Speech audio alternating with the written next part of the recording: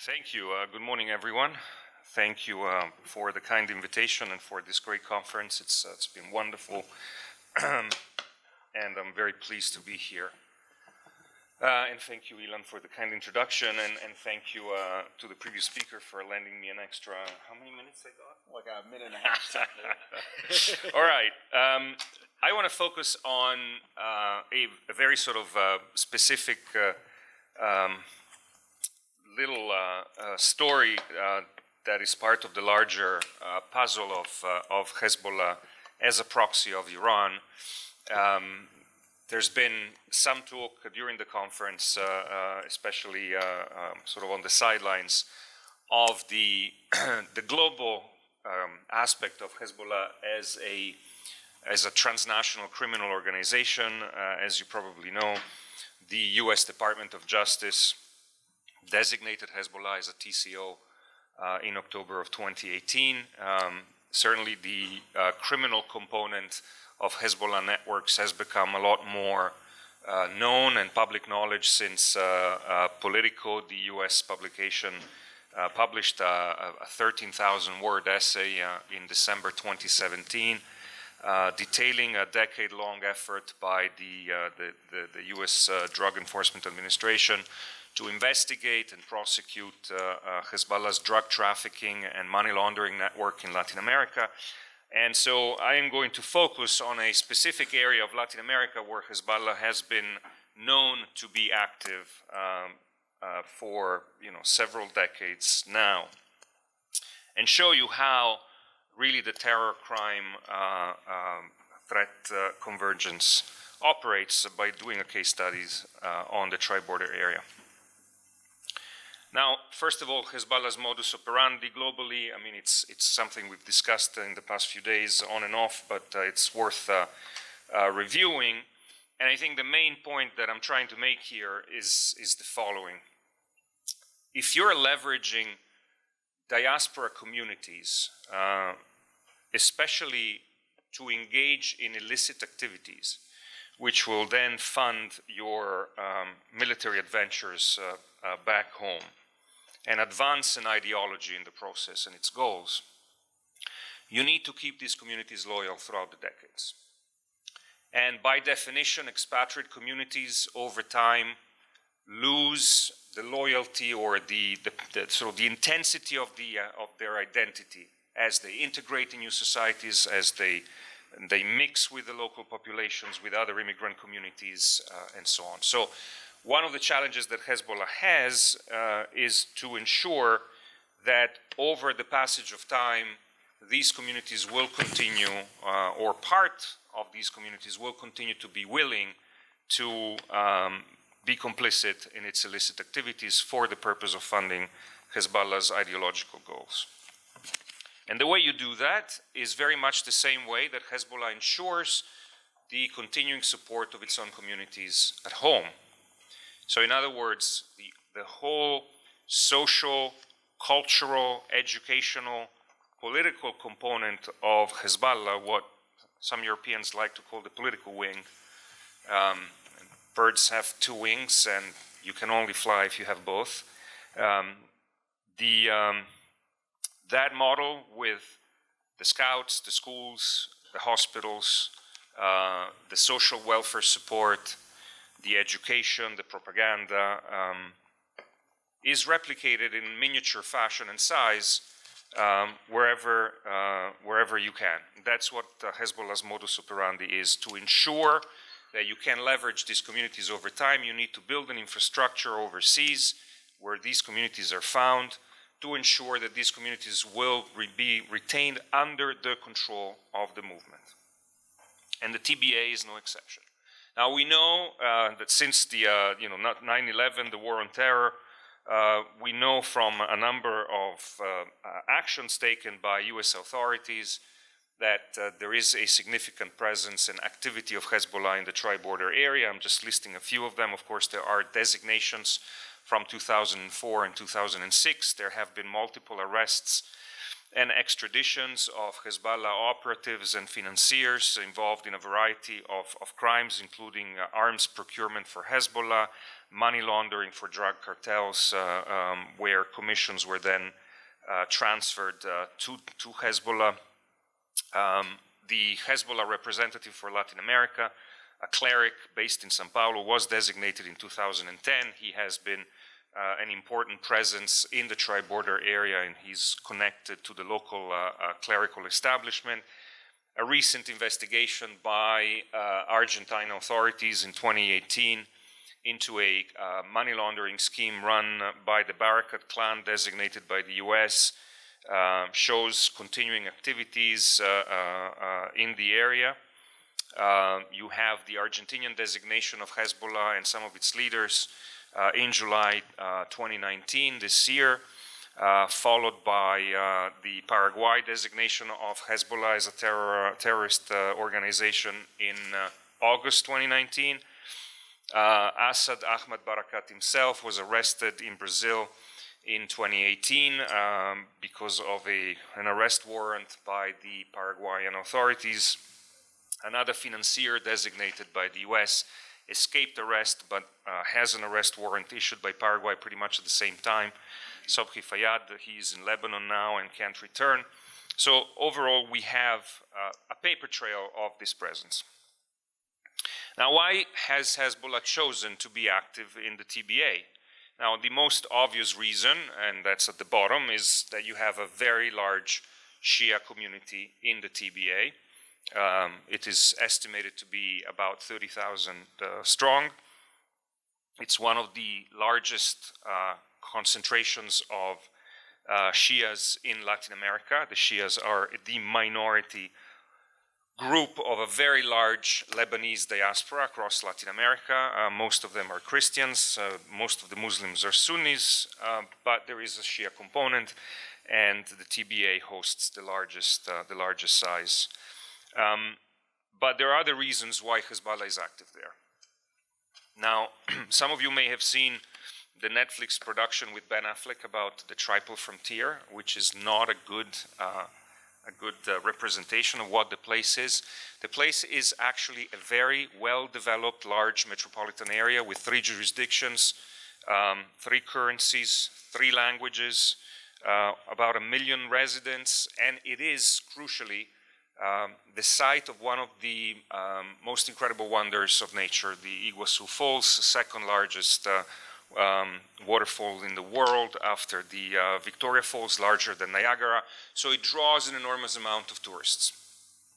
This is one of the striking things about the TBA, is that you think, based on the stories, that this is, a hub of criminality, that you're walking into some Hollywood movie like The Tripol Frontier with Ben Affleck, and actually you show up and you're surrounded by German hikers and Canadian families and Europeans, South African, Australians. They're all coming from all over the world to see the falls. There's a beautiful 5-star resort with a top-class golf court. It's not a Trump golf court, but close enough in quality, and you have all of the trappings of an incredibly sophisticated and well-organized tourist industry with all its services, including, because of the currency issue, a well-structured financial infrastructure that handles an enormous amount of cash on a daily basis.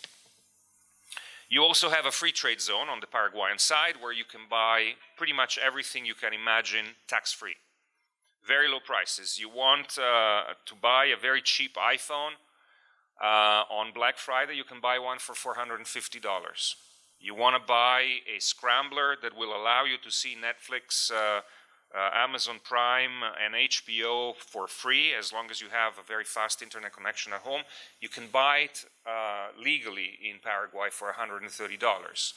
You want to buy anything from alcohol to cosmetics to global clothing brands, you can buy it in Paraguay at a very steep discount price. Now, you're not always buying authentic brands, but you can buy it there. And so there is an enormous volume of commerce going on. It is the 3rd largest retail commodity center in the world after Miami and Hong Kong. And because a lot of illicit economy is happening parallel to legal commerce, there is ample opportunity for money laundering. The assessment by local authorities, this is a number given by Brazilian federal police, is that as of 2017, the value of the illicit economy in the tri-border area was $18 billion a year. So there is ample opportunity to become rich, and in the process, if you want to finance all sorts of activities on the side, and that's why Hezbollah is there. Now, there is also ample evidence that the local community is sympathetic to Hezbollah. Here's just one of thousands of examples you can find on Facebook. This is a local member of the community who on August 25th posted the photograph of the two Hezbollah militants who were vaporized by Israel on the Golan Heights as they were trying to send a drone into Israel, and this is a public post that has been reposted on Facebook with likes and comments numerous times. You go into that post, you can find a lot of people in the tri-border area liking it, reposting it, expressing support. So there is support, but of course, support doesn't translate necessarily into being a member or even offering material support. And so, what we have done in open source research at FDD has been in the past 4 years, been trying to actually show that it's just not support and sympathy, but there is actually a lot more to it. And we have done so primarily or initially precisely by looking at the social, cultural, educational, religious activities of these communities. So here is an example from the Shia mosque in Curitiba, which is the capital of the Paraná state, where the tri-border area is. Curitiba itself is not in the tri-border, it's about 1,000 kilometers away, but the community in Curitiba has very close family ties to the TBA. There is a lot of interaction between the two communities. So this is a photograph taken in the mosque in 2014. It is a commemoration of a fallen Hezbollah militiaman who died in Syria. Based on the date of his death, we were able to, and his name, we were able to identify the battle where he died. And the guy who is leading the commemoration is his uncle. His uncle, wearing a scarf that leaves very little doubt as to where his heart is. And interestingly enough, the uncle is a scout instructor. There is a scouts group for Shia communities in Brazil. It is called the Lebanese Brazilian Scouts Group. It's a very innocuous, benign label that they have. But based on our research, we are pretty sure that the Scouts Group is actually an affiliate of the Mahdi Scouts. So again, once again, it's a miniature reproduction of the vast, complex socio-economic, cultural, religious, educational infrastructure created by Hezbollah in Lebanon to get support, ongoing support from its Shia community. Now here's a picture of one of the other instructors. This is inside the mosque in Foz do Iguaçu, the Brazilian side of the TBA.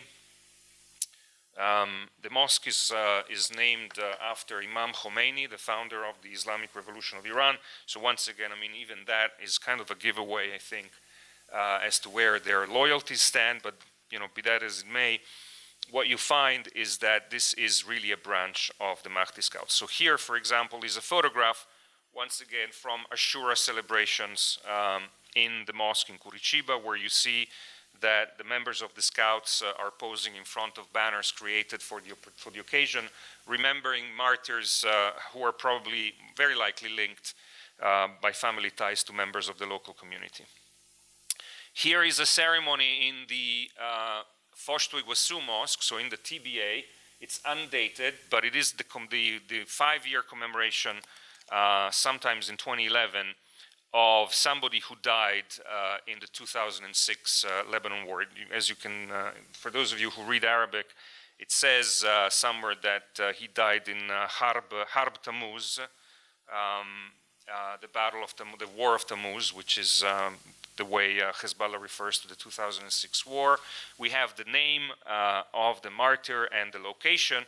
And of course, you can see in the local mosque, there is no Hezbollah banner, but I think that, you know, the yellow flag put on the fake coffin in the center of the stage is highly suggestive of that. And of course, the reason why he is being commemorated, aside from being likely a relative of a member, is that he was a scout. So he is presented as a role model to follow in the community.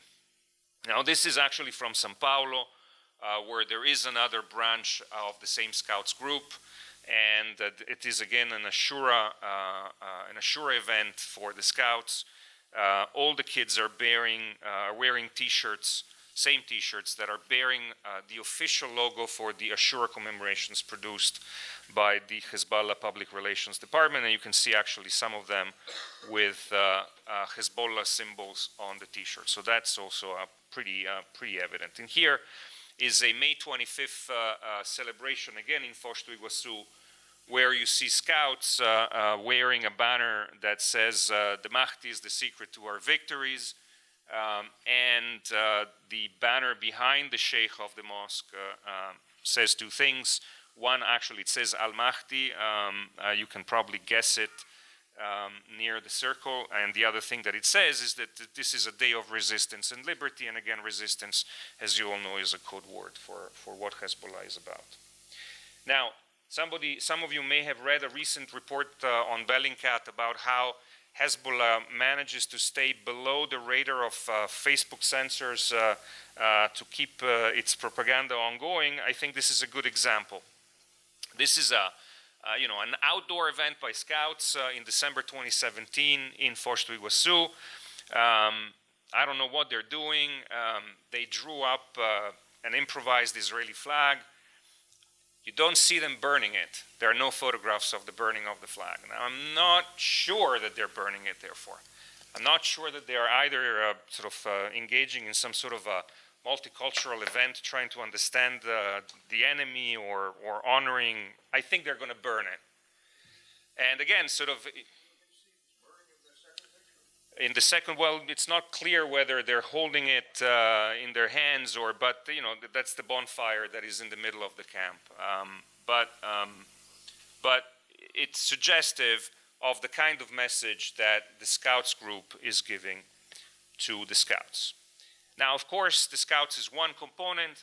The other component is that the entire religious nomenclature of the communities is controlled by Hezbollah. And that's done in two ways. One, by having the clerics sent from Hezbollah and having commissars who are both locally embedded and who travel and visit frequently to enforce the message. So here you have two key figures in Latin America for Hezbollah and Iran. The two sheikhs shaking hands on the left side. The older one is Sheikh Taleb Al-Khazraji, who's the head of the Aresala Cultural Association in Sao Paulo, responsible for mass production of literature in Portuguese about Islam. And he's also one of the heads of the Brás Mosque in Sao Paulo, the largest, I think the largest Shia mosque in Latin America, certainly in Brazil. He's been there since 1989. He was a preacher in Tanzania in the 1980s, an early promoter of exporting the Islamic Revolution, although he's Iraqi by birth. And the other one is Bilal Wehbi, who has been designated by Treasury in 2010 as Hezbollah's representative in Latin America. The picture of Wehbi on the right comes from the Scouts website, or Facebook page rather, in Foz do Iguaçu, so he's addressing the Scouts. Now, I said that the message is also enforced by sending high-ranking officials periodically to visit. Nothing more high-ranking, perhaps, than having the visit of the grandson of Khomeini in the tri-border area. This is a photograph taken in front of the school in Foz do Iguaçu. Again, the school is called the Brazilian Lebanese school, but if you go inside the school, it's not just sort of a hyphenated national identity. It's most definitely a Shia school that enforces the educational programs of the Al-Mahdi educational system in Lebanon. In the picture, by the way, you can see in the background, kind of half hidden behind the clerics, a gentleman without a tie and white hair. That's the Iranian ambassador to Brazil. And these visits are frequent. Here is a more recent one. This is in the Al-Amal run school on the Paraguayan side of the TBA, where a cleric who has family in the TBA is visiting, accompanied by the Lebanese ambassador to Paraguay. There is a media presence. This is a journalist who doubles down as a businessman, as a commentator, as a political lobbyist, as a communal lecturer. He's frequently addressing the scouts once again. Ali Farhat, who writes for Al-Akhbar and Al-Mayadin, two Hezbollah publications. In addition to that, he runs together with one of the Hijazi clan members a local publication called La Frontera, or Shabakat al-Hudud, which is a local Hezbollah outlet. So all of this is there to support the vast infrastructure of business that, both engaging in legal and illicit activities, eventually finances Hezbollah. And how much money does it generate? There are just rough estimates, which I think are all completely off the chart. I'm not going to tell you how much I think it is, because I have, frankly, no clue. But when I look at the size of some of these operations as they have been investigated, I think that we should be considering this to be a hundreds of millions of dollars a year operation. I mean, the Ayman Juma case alone was laundering $200 million of drug money every month. And since we know from a variety of DEA cases that Hezbollah is taking anywhere between 15 and 20% commission, you do the math, that scheme alone probably generated at its peak $40 million of revenue to Hezbollah every month, which is almost $500 million a year. And that was Colombia, West Africa, TBA probably with $18 billion a year, and increasingly a passageway for cocaine, also generates several $100 million a year of revenue. Now, the point that I'm going to make, and I'll skip the the case study on the details of local schemes, but the important point here to make once again is this. These schemes are primarily dedicated to laundering money and to engage in illicit activities, whatever they may be: weapons, human trafficking, drug trafficking in Africa, increasingly, of course, illegal logging, wildlife trafficking, prostitutions, you name it. But they can be activated, and that's the point of the ideological component and dedication. This is not just people who are willing to make money out of illicit activities. They can be activated for the purpose of aiding and supporting terrorist activities. 3 cases recently, one in London, one in the United States, and one in Cyprus, all involving Hezbollah operatives, all caught with significant quantities of ammonium nitrate obtained from ice pack. What is the common point about all those 3 cases? Is that you cannot buy 8 tons of ammonium nitrate if you walk into a pharmacy. That's the point. What you need is a legitimate business infrastructure that will pose as a buyer of medical supplies that will be imported from somewhere, and that has a paper trail showing that those commodities have then been sold to additional legitimate buyers. That is how Hezbollah leverages these communities for terror purposes. So they're not just there to generate revenue, they're also there when is needed, and it has happened in Latin America in the past, and it is happening in the present. There can be leveraged to provide the kind of logistical infrastructure support for operatives to come, to blend into the community, to get safe houses, to get access to financial resources, to get access to those commercial services necessary to procure the material to carry out a terror attack. They are there to provide scouting, intelligence, surveillance services, and they're there when needed to provide escape routes. That's what happened with the Amia bombing. It is something that can happen again. These schemes are there to finance. I just want to show you one last slide to give you a sense of the size. This is a network from the TBA that is being investigated. It involves one businessman in the TBA and his local Paraguayan, Brazilian, and Lebanese partners. His brother-in-law has been extradited to the United States as a money laundering service guy of the business affair component of Hezbollah. This is a $1.2 billion scheme that was run between 2011 and 2016. And it is ongoing because the scheme enjoys the political cover of local authorities. So it is a significant challenge, and one that ensures that Hezbollah has the funds to continue to leverage support across the world, to buy weapons in the region, and to wreak havoc to its enemies. Thank you.